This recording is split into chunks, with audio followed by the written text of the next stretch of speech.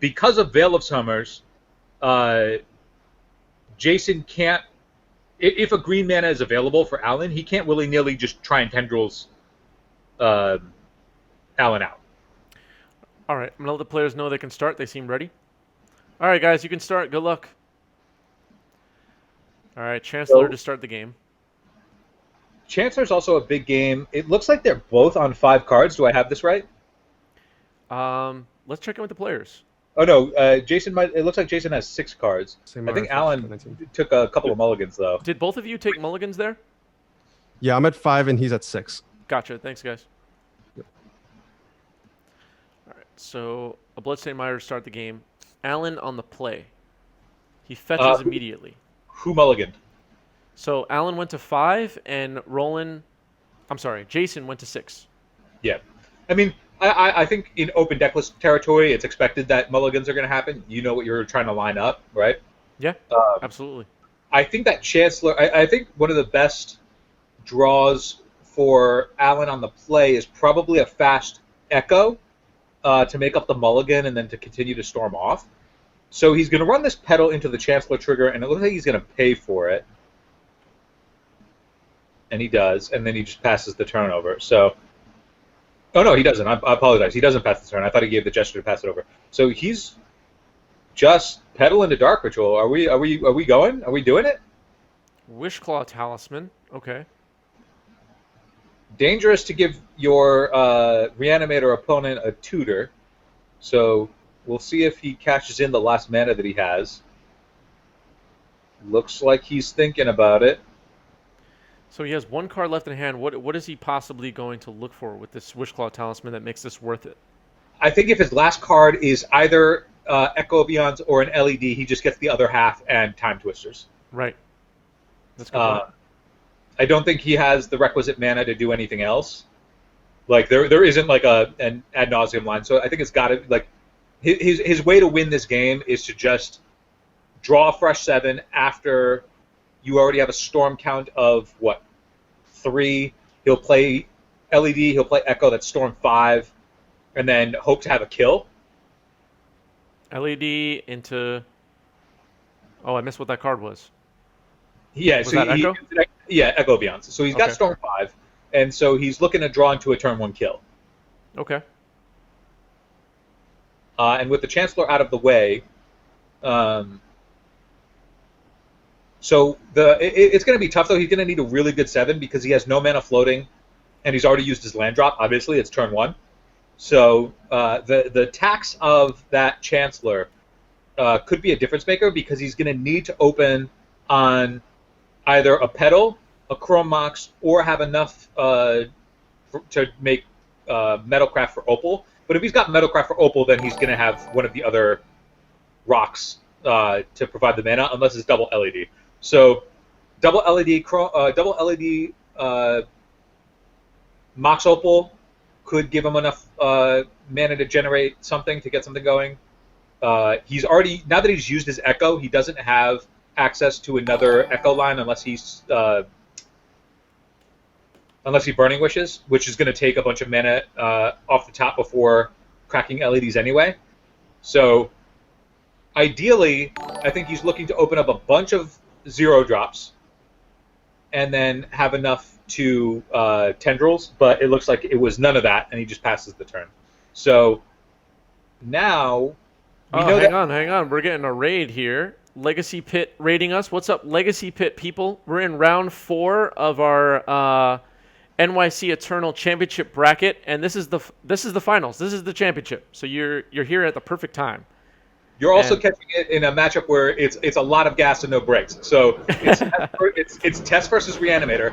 TES just tried to go for a turn 1 off an Echo line, didn't hit, but in the process used a Wishclaw Talisman that is now sitting on the Reanimator's side of the board. So if you were to just assume that there's enough math to do a bunch of gold fishing and Reanimator gets enough wins, whatever that percentage is, that's the world we're in right now.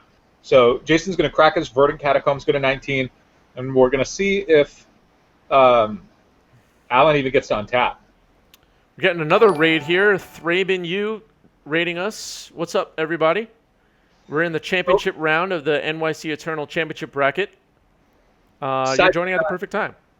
side note, I Welcome. look different from what you thought I looked like. I hope you thought that I looked like just abysmal. I hope you just imagined me as this like weird ogre person who was grotesque, and now you're finding that I'm only a step above that.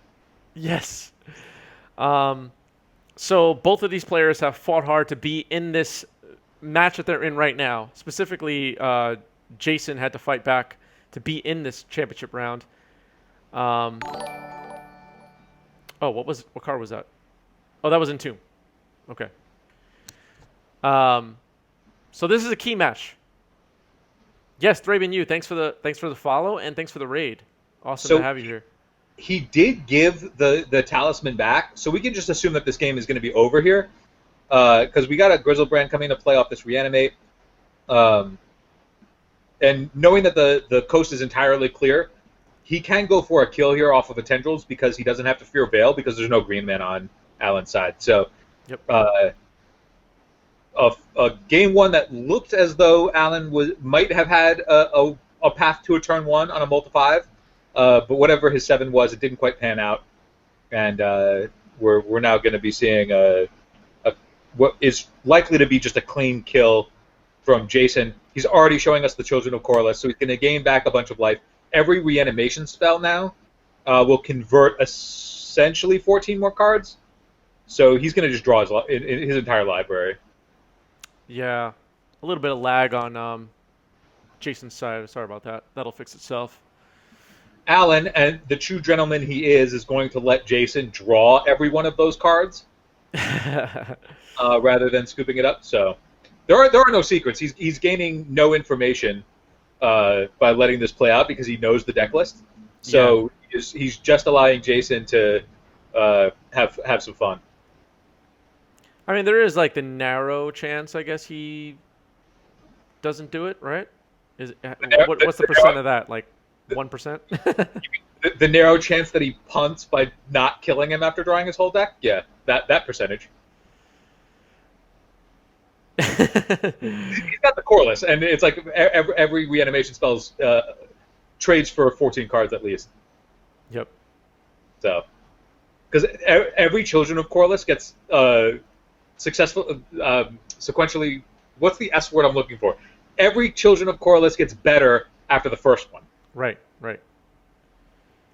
You know, it's like it's like, all right, let's gain 40 life this time on the third Children of Corliss, right? This is true. Shop 3-ball, thanks for the sub with Prime. A face for podcasts is more generous than I would give myself.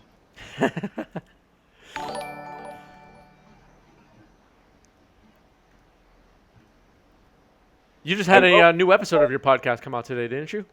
Yeah, it came out earlier. It came out earlier. We discussed Clothis. We had a big segment on Clothis and why I think more people should be playing that card right now. Yeah, I got about half of it left to listen to.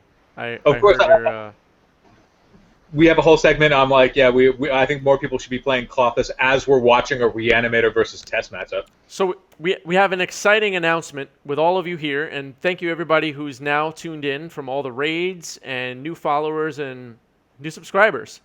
And the Twitch Prime sub from Shop 3-ball just hit us a bingo right now. So you're going to get to decide what format we play on this coming Monday, 8 p.m. Eastern, right here on this Twitch channel. So I'm going to set up a poll right now in chat, and chat is now going to fight over what format we're going to play on Monday. What's Monday's date? Those are big questions. I do think we're going to get Paper Legacy back in 2021. I think it's going to be to the mid to back half of 2021 at the earliest. Like if I had to guess, I would guess September 2021. Maybe people can start scheduling and have a chance of it firing, right? Yeah. But I discussed this on Eternal Dirtles, the episode that we released yesterday or earlier today. That I do think that once paper events can happen again, they are going to be way more popular than they were before the pandemic hit, because everybody's going to be wanting to get out to those events. We're very starved for those events, so I think As soon as paper events can happen, there will be a lot of them, and they will be very popular. All right, we're started here, and I 100% agree with everything you're saying. And hopefully everything goes well from that perspective, and we could play Paper Magic soon. Wishclaw Talisman to start All for gas, no Alan. brakes. Oh, I forgot to update the score. Whoops. Score is 1-0 Jason. 1-0. So after Alan, sideboards, we didn't get to talk about sideboards yet. After sideboards, what do you think? well, Alan's wasting no time just converting his Dark Ritual and his Wishclaw into getting whatever he wants, and he's giving a Talisman to the Reanimator deck. So I have to assume that just based on the setups of these decks, with post-board Storm having really no means of interaction outside of hoping that a Veil can shut down the Reanimator player for a turn to then get to untap. Based on what Alan's doing right now, I assume we're going to be seeing a turn 1 kill or close to it. So he finds an LED. He's immediately going for an Echo Line again, but he's doing so with no mana floating. So same pattern that we saw in the first game. Hopefully this new 7 that we're about to see is better than whatever 7 was game 1. Post-board, I think maybe he brings in the Thoughtseize. He probably brings in some number of Chain of Vapors, maybe, but like I'm not sure what to board. I mean, we could also just go over to the EpicStorm.com and look at how you board in this matchup currently with this list. But I think he might just shuffle up and ship. Yeah. Oh, Reanimator did win game 1. Yes. Yeah. One game 1 on the draw with a Chancellor with a game 1 with a turn 1. Worth pointing out too, the poll now ended and 68% for Legacy. So we're playing Legacy right here Monday night. It'll be a Legacy competitive qualifier for this championship bracket. So make sure you follow the channel, which most of you have already, and tune in. Awesome. I love Legacy. Tribal Wars got 0 votes. Tribal Wars, I think, is you do it in doses, right? Yeah, 100%. But hey, you gotta give it some credit. Everybody voted for it last week. So the same thing that happened game 1 is happening here. Alan passed the turn after he echoed, drew a fresh 7, and then did nothing on the follow-up. So he just passed the turn and gave the Witchclaw to Jason, but Jason opens up that 7 with no lands. So he just drew for turn and discarded Grizzlebrand. It's also possible that he did open lands, but he didn't have a discard spell or an Entomb, so he's strategically using his full grip to discard his Grizzlebrand. Yo, let's get a debate going in chat. Should the max hand size of 7 just be outlawed? Roland Chang, Roland MTG, thank you for the gift subs. And I'm sure everybody that is receiving the gift sub is very thankful as well. Thank you for Shout out to Roland. Thank you for being thankful for the content. I appreciate it. I think having a reasonable head on my shoulders is questionable, but I support you. I support this stream. I don't support Reanimator. You guys need to cut that out. Wow, we just hit a second bingo, by the way. I'll bring up the bingo card between games here if we go to game 3, and it looks like we might. Yo, does that mean that we're running another poll? There's nothing else to poll unless you come up with something you want to poll them about. All right. Now we should poll Legacy versus competitive EDH. Just two. Just really get a heads up. I'm pretty sure we're just going to stick with Legacy. Yo, I don't understand how these games, like this match right now, has gone back and forth on multiple turn cycles. Yeah. I think they're both being careful. So about what? Well, yeah. Well, what sideboard plan does? Let's start with forgetting names. Oh my God, Jason. Jason's sideboard plan here is what? He has Serenity. Is that relevant? Xanted Swarm.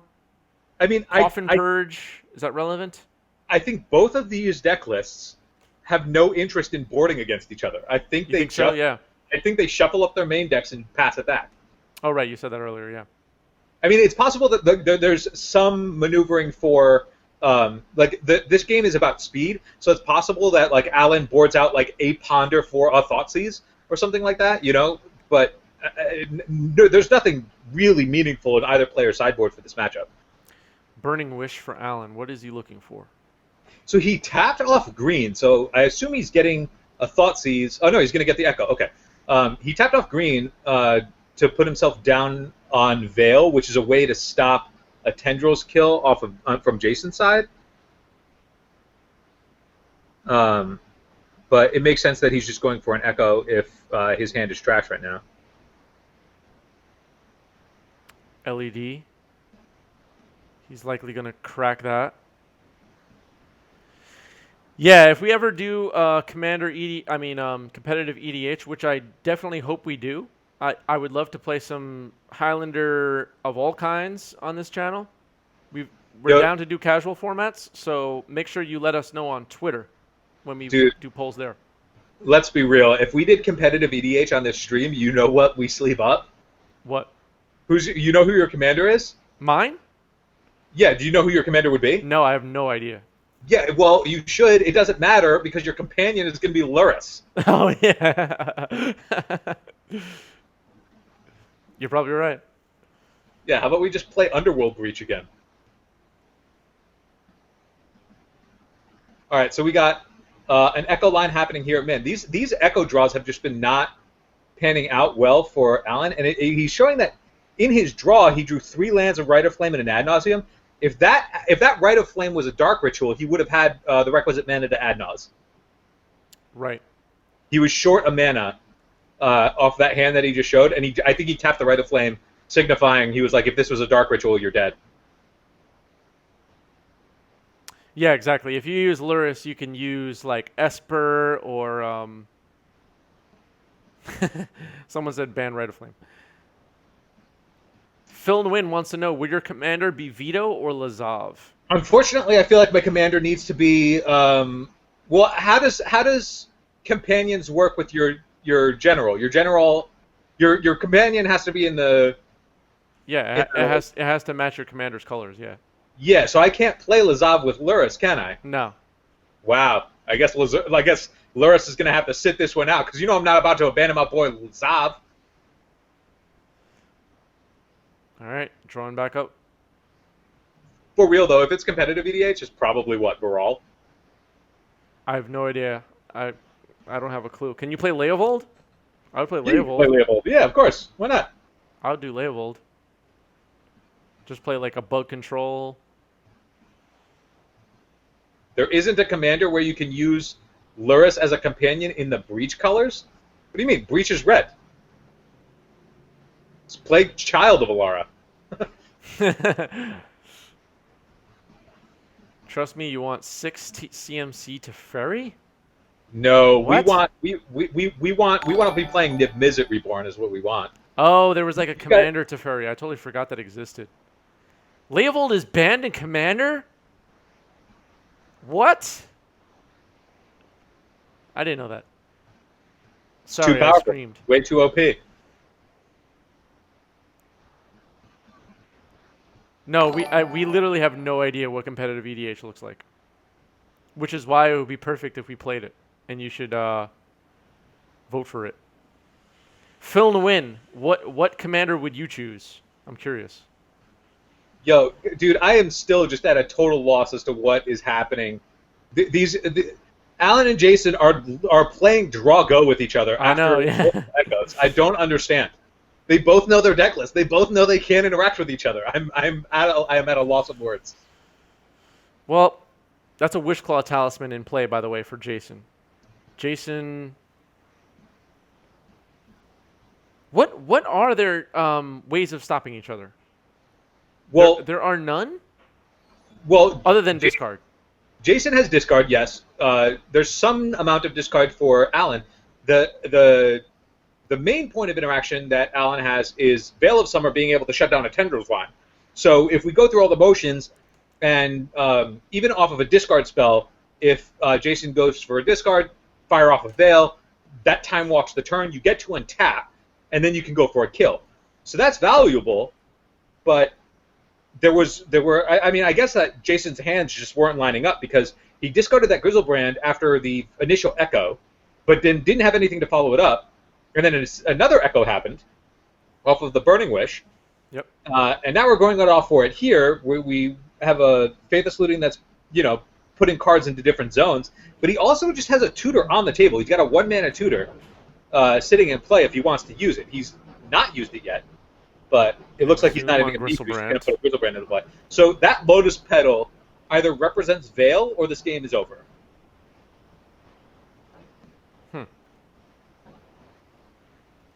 Days Angel does stop Storm if it's in play. That's fair. It's a Thalia. Yeah. A bit worse than a Thalia, though, because you could just choose not to pay, but yeah. Chancellor of the Thalia. So Grizzlebrand's now in play. He pays 7 life. So he doesn't, now that he can draw his deck, he doesn't need to give Alan his Wish Claw back. Doesn't seem like it. It seems like to me, like, obviously Veil is just busted against 2/5 of the color pie. So if that Lotus Petal is representing a Veil, then Alan will get to untap. But if Jason wants to just play around the petal or around the Veil, he can just do what the chat was talking about, which is he can Children of Corliss to get his life total up high enough, so, or even if he doesn't need to, he can put a Chancellor of the Annex into play, and that should probably lock it up. All right. Well, he's counting Storm, so this may be coming to an end now.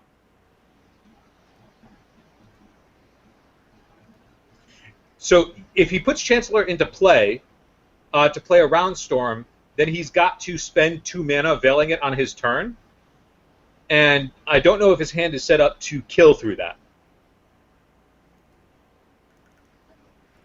But if Jason is going for a Tendrils kill right now, he could also go for he's going to literally have his deck in his hands, plus he has a tutor on the table, right? So he could theoretically go for a Tendrils kill, veil his opponent, or get veiled, not be able to do the kill, and then still put a Chancellor into play to bait out the Veil. Right. I mean, he's got it all, right? His deck is in his hands, so. Whatever the best way for Reanimator to win is, Jason will have access to do it. Agreed. And that's like not even like a marginal, like what is the percentage that he doesn't do it? He's got a Witch Claw talisman on the table, so he can get whatever he wants. Grizzlebrand still going. A little bit of lag. Yeah. Sorry about that, everybody. Veil easily beats Chancellor. What a dopey card. Jason back down to 5. Odds of Alan winning this game are dwindling. Do you take the over under 0%? I think we're right about at 0%, but we'll see. Yeah, I would take the under. I mean, he has mana open. There's nothing he could possibly do that I'm seeing in his list, right? There's nothing. No, the only out is he goes Veil, untap, and Jason didn't put a Chancellor into play, and then he somehow has a kill. But if he wanted to, he can also just Children of Corliss and go up to like 50. Yeah. And it's going to be really hard to do a Storm count of 50. Yep. Under the Lotus Petal. I mean, this is like turn 5 or something like that. Like this game went on a lot longer than I expected, but it is a matchup that 10 times out of 10, if you told me they were sitting across the table from each other, I would think Reanimator's going to win. Do you think it's worth it to bring it? Oh, I'm sorry. Go ahead. Oh, no. I was going to read the same thing you were. Yeah. Do you think it's worth it to bring in Sire of Insanity against TES? No. Why not? All of your fatties are already game ending against them, and a Sire doesn't necessarily auto win the game, right? Because they're an Echo deck. Yep. So if they just get any amount of mana, they have access to a 0 mana Time Twister in their deck. Yep. So I don't know. Like if you put a Chancellor into play against TES, you're probably winning. If you put a Grizzlebrand into play against TES, you're definitely winning. So uh, I don't think you need to change up your fatty choices. That's Now, fair. but now that we're coming back to it, I think that there is. It is probably likely that Alan did bring in the Chain of Vapors as a means to specifically deal with a Chancellor hitting the table. So you're saying So there's a chance? no, there isn't a chance anymore because he's at infinite life and he's got all of the things. Yeah. But before when I was saying that they probably just shuffle up and ship, it's probably not as simple as that. He probably does bring in some number of the chains. Right. Yeah, the Veils do keep the Chancellors from countering stuff. It's a matter of that's a two that in order to do that, it costs 2 mana, and I don't think like unless you are really really well developed, I don't think you can kill through doing so. Like you're totally right. Like a veil does turn off the Chancellor, but it's really costly in a matchup that is entirely about speed to spend 2 mana to do so. That's fair.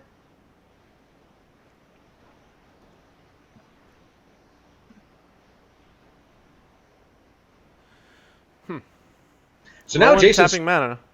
I mean, Jason's Alan, straight on. sorry. He's face up. Alan sacking a pedal. And Veil. Okay. So he can't die now, right? So if Jason put his hand face up on the table and essentially was like, "I'm going to tendrils you," then this veil means that Alan will get to untap. Yeah. But he now is sitting on 3 mana sources. That Witch Claw is still on Jason's side of the table, and he's going to need an additional veil to play through this Chancellor, or have a Chain of Vapor to bounce the Chancellor. But either way, he's got to spend 2 mana, which means that he would have to be like, okay, bounce your stuff plus dub Dark Ritual into Adnaz. Like, he's got to have it perfect, and then he's also got to hit a storm count of 16. 16, yeah. Oh no. Okay, Jason's so at 21. he didn't children his way all the way back up to infinite. Okay, so he needs a storm count of 11. But both of his echoes are used, so it's got to be an ad nauseum line, or if he's just sandbagging like all of the LEDs in a Burning Wish, maybe he can go for a Pier, but that would be asking a lot. Yeah, I played Reanimator quite a bit, and Matt Hickey, one of our local players who plays Storm a lot, just kept telling me about how he doesn't want to play against me because I'm on Reanimator. He was playing the like ad nauseum version. the structures of the deck just lean towards Reanimator, right? Like they both want to beat up on the same decks, but Reanimator is just faster. Yeah. He did get me sometimes, though. It can be done.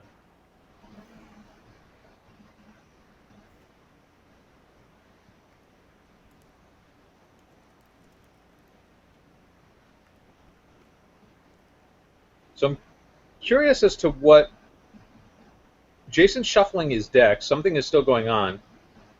Yeah, ad nauseum is like, yeah, if he can untap and get rid of both of these Chancellors, which would have to be on, now it's got to be chain or bust, right? So he's got to chain a chance. He's got to. I mean, I don't even know how you navigate this one. He's now the chain is going to cost double, now triple. He's putting another one into play. This game's over. If he had one Chancellor, maybe he can beat through it. Double Chancellor, not a chance. 3 Chancellors, Jason's showing off. If he puts the full suite of Chancellors, we're playing competitive EDH on Monday. No, we're not.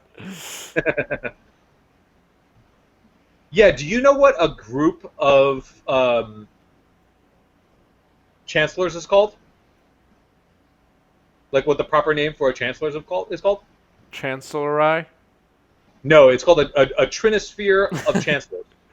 A Trinisphere of Chancellors. Yeah, that makes sense. It's 4 of them out though now. Roland's in trouble. Why do I keep saying Roland? Roland played too many rounds tonight. Allen's in trouble. Alan's in trouble. Alan's dead. he, Yeah. he is in a lot worse than trouble. He is eliminated. Yeah, I But think so. he refuses to concede because he has the heart of a champion. Look, guys, just because you're king of the hill, you don't have to go through this kind of emotional harm to yourself. You don't have to. Roland is here. He says he's doing all right. Thanks, Roland. It's okay to understand that sometimes things hurt and accept it, admit to it, and overcome it at a later point. You don't have to continue. If you're getting beat down and it's round 12 of the championship match and you're already behind on the scorecards by 10 rounds, the only person who's getting anything out of it is your opponent. It's okay to throw in the towel.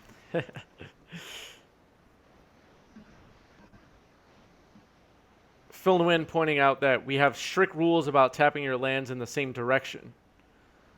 Tapping your lands in different directions can result in a DQ. Uh-oh. Did Alan just scoop? Let's tune into the players. I'm just kidding about that, by the way.